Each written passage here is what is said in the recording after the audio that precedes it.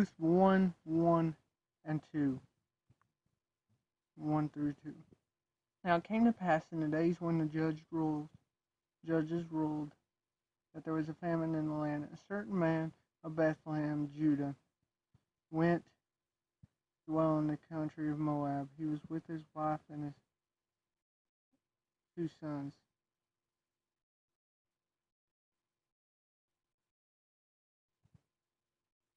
Okay, this is a period of judges. Um, this shows the time frame. It's before they have a king. We see later it's about 4 generations before David set up as king. So, now we get a time frame from this. Okay, so this is towards the end of the judge's reign. Famine was very common in this land. We see all the patriarchs deal with famine, all of them. Isaac, Abraham, Abraham and Jacob both went to Egypt. Isaac did do with the land he lived in. They're moving to Moabite area, which Moabite was kind of a place where God hadn't allowed them to attack due to them being descendants of Lot, which is Abraham's nephew. Eventually they would be judged, but the Canaanites in the land were judged sooner, and the Philistines were to be judged sooner. These were people they were supposed to deal with quicker. Moabites was kind of neutral at this point. Edomite was completely desert, so they went there, but they didn't want to leave. They were close enough by. So they're from Bethlehem of Judah. This is modern day Bethlehem, the city of David.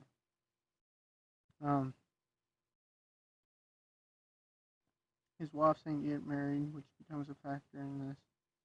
Verse 2. And the name of the man was Elimelech. The name of his wife was Naomi.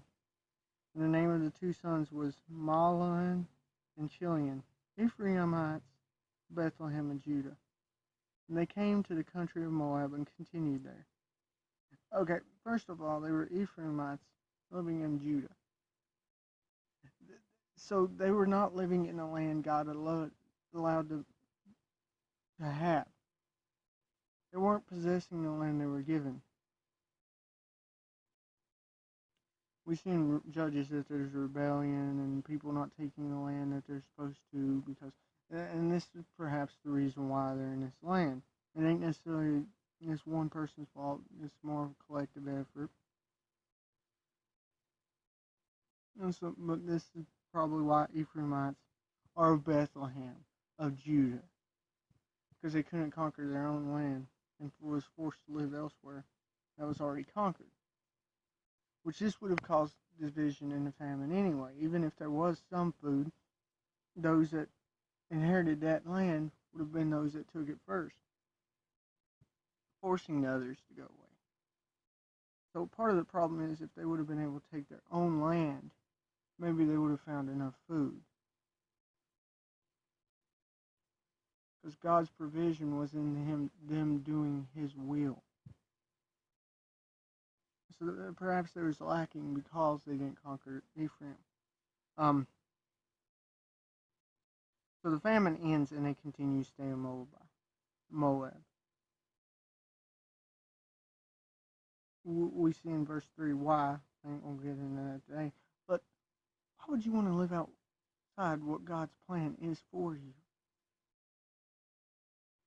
You know, God's plan was for them to take over the Ephraimite territory. Yet they're settling to live in Moab because they don't want to journey back.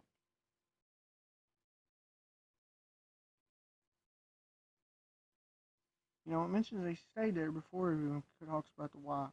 They found them because they stayed there. Fact is, this family was perhaps comfortable settling. And while God uses this story out for good, are we going to be known? Are we going to be called to settle? No. We're going to seek and take what God has for us. What we should do rather than settle for, okay, God has that for me, but I'm going to settle for this. And that's exactly what they were doing. I think that's exactly why Naomi was blessed through somebody who wasn't part of this staying there. Ruth, we see, is willing to sacrifice and not settle. Unlike the rest of this family, they're willing to settle. Oftentimes, people in the church today want to settle. The problem is when you settle, your faith becomes stagnant. God don't use stagnant Christians to serve. He wants us to continually grow towards Him, which means we need to strive to do His will and take what He has for us. Take advantage of the opportunities rather than settle.